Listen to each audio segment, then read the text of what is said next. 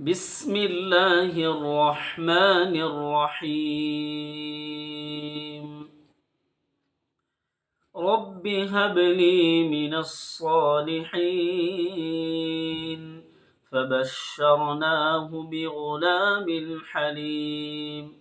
فلما بلغ معه السعي قال يا بني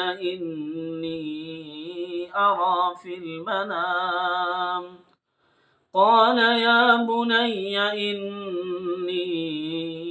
أرى في المنام أني أذبحك فانظر ماذا ترى قال يا أبت افعل ما تؤمر ستجدني إن شاء الله من الصابرين فلما أسلما وتله للجبين وناديناه أن يا إبراهيم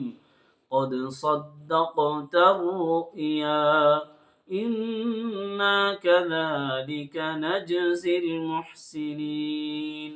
إن هذا لهو البلاء